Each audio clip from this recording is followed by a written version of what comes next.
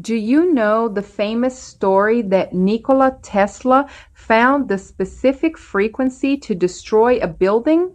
Tesla developed small mechanical oscillators and years later recounted that during his experiments, he had found a frequency capable of producing strong vibrations in a structure.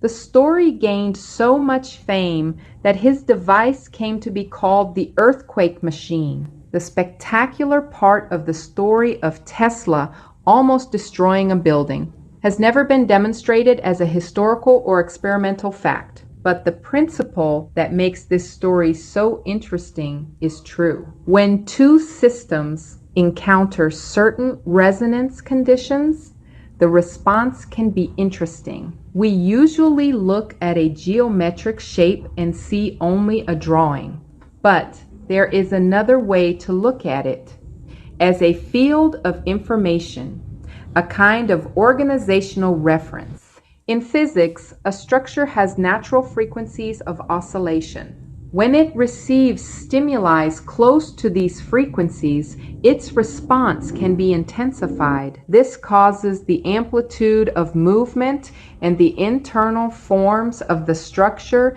to increase very rapidly and sharply. This is a phenomenon known as mechanical resonance. A practical example: the human voice vibrating at the exact frequency of a glass cup makes the molecules of the cup vibrate so much that it breaks. Now let's think about the following idea. What if, instead of thinking of resonance as something capable of increasing the disorganization of a structure, we thought of it as an organizational reference?